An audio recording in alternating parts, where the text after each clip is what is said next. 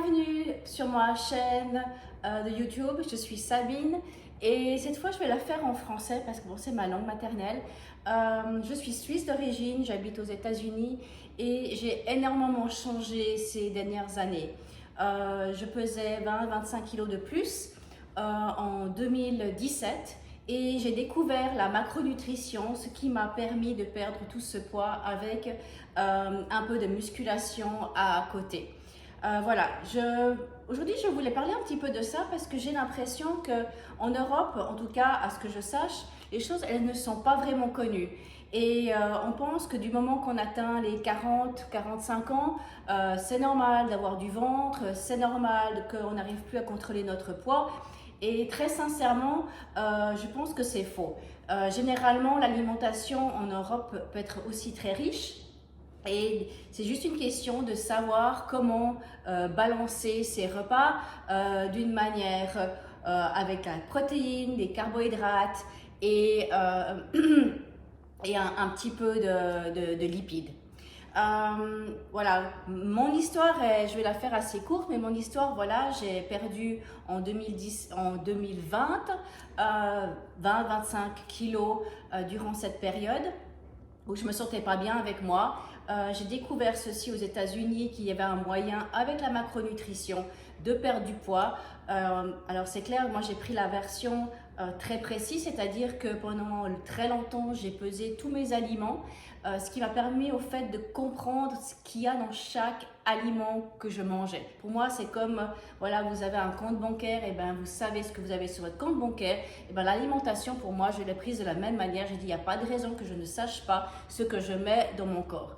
C'est pas forcément quelque chose qu'on a besoin de faire à vie, mais c'est quelque chose que je recommande parce que ça vous permet au fait de, j'aimerais dire, d'apprendre une nouvelle langue, la langue de la nourriture, comprendre ce qu'il y a dans une pomme, dans un champignon, dans des épinards, combien il y a de matière grasse dans certaines pièces de viande ou dans certains poissons. Et si vous savez ça, vous arriverez à contrôler votre poids. Je veux dire, si on arrive à faire ça pendant 6 mois, on apprend beaucoup. Si on fait ça pendant une année, c'est encore mieux. Mais vraiment, si vous avez vraiment le désir de perdre du poids et de vous sentir bien comme vous étiez dans les années, quand vous aviez la vingtaine, je peux que le recommander. Ça demande de la consistance, ça demande d'être précis, ça demande que quand vous mangez au restaurant, vous fassiez attention. Mais c'est ce que vu que je suis une coach en nutrition, je me suis formée là-dedans. J'apprends aussi à mes clients qui le souhaitent.